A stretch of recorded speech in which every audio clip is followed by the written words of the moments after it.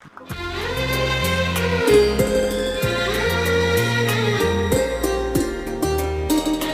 Guys, आज हम शुरू करते हैं फ्यूचर कंटिन्यूअस टेंस। इसकी पहचान ये है कि इसमें कोई भी काम भविष्य में हो रहा होगा। जैसे कि सबसे पहले हम लेते हैं अफर्मेटिव सेंटेंस, मैं फुटबॉल खेल रहा होऊंगा। नेगेटिव, मैं फुटबॉल नहीं खेल रहा होऊंगा। इंटेरोगेटिव, क्या मैं फुटबॉल खेल रहा होऊंगा। ये तीनों ही वाक्य फ्यूचर कंटिन्यूअस टेंस के वाक्य। अब इनको समझने से पहले हम इनके रूल समझ लेते हैं। सबसे पहला रूल ये है कि इसमें सब्जेक्ट चाहे सिंगुलर हो या प्लूरल, इसमें विल बी का प्रयोग होगा।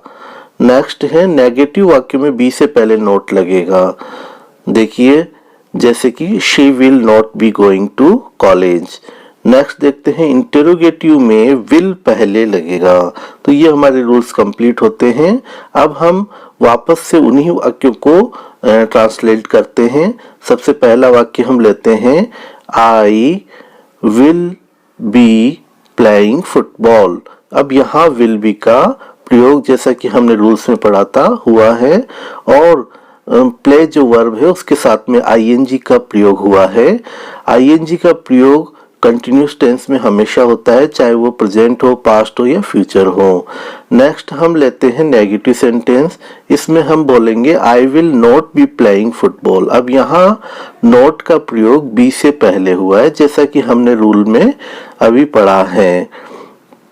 अब लेते हैं हम इंटेरोगेटिव सेंटेंस को।